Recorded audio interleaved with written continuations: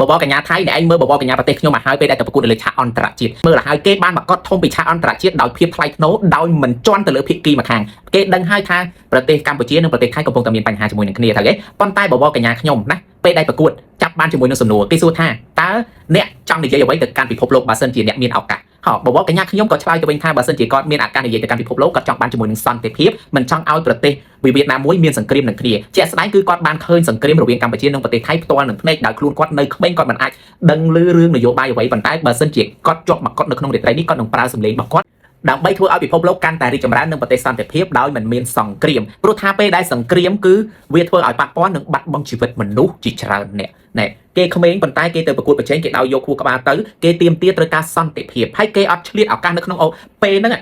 ថាប្រទេសនេះឯងបំពេញលើប្រទេសខ្ញុំឬមួយក៏អីគឺគេអត់និយាយចំណុចអស់ហ្នឹងគេគ្រាន់តែចង់បានសន្តិភាព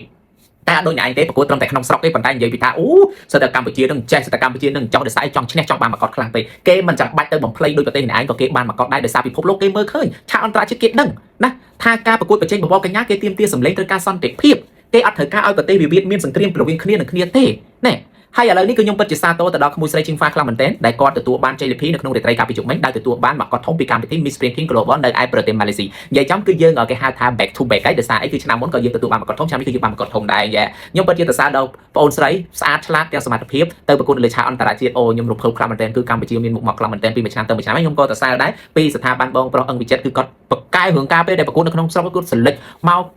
គេហៅថាយុវតីក្មេងៗទៅប្រកួត10ឆ្នាំជាងតែទៅប្រកួតនៅលើឆាកអន្តរជាតិសឹងតែ 90% ដែលទទួលបានមកកត់ធំទោះបីថាស្អុយណាស់ក៏ទទួលបានលំដាប់រងទី2ទី3ដែរខ្ញុំនិយាយមែនអូខ្ញុំសរសើរហើយសង្ឃឹមថាពុកម៉ែបងប្អូនទាំងអស់គ្នាកុំភ្លេចជួយគាំទ្រជាង File បានច្រើនផងពេលដែលគាត់ត្រឡប់មកកម្ពុជាវិញហើយមួយវិញទៀតសង្ឃឹមថាពុកម៉ែបងប្អូននឹងទៅសាទរនឹងទទួលគាត់ដើម្បីឲ្យគាត់មានកម្លាំងចិត្តដែលគាត់ខំប្រឹងកម្លាំងកាយកម្លាំងចិត្តទាំងថវិកាផ្ទាល់ខ្លួនទាំងខាតពេលវេលាជាច្រើនដើម្បីយកពាក្យថា Cambodia ទៅស្រេចនៅលើឆាកអន្តរជាតិហើយនឹងទទួលបានដោយអ្វីដែលគាត់ប៉ងគឺគាត់បានមកកត់ជា winner នៅក្នុងរាត្រីក្រុមមកកត់ផងដែររំភើបខ្លាំង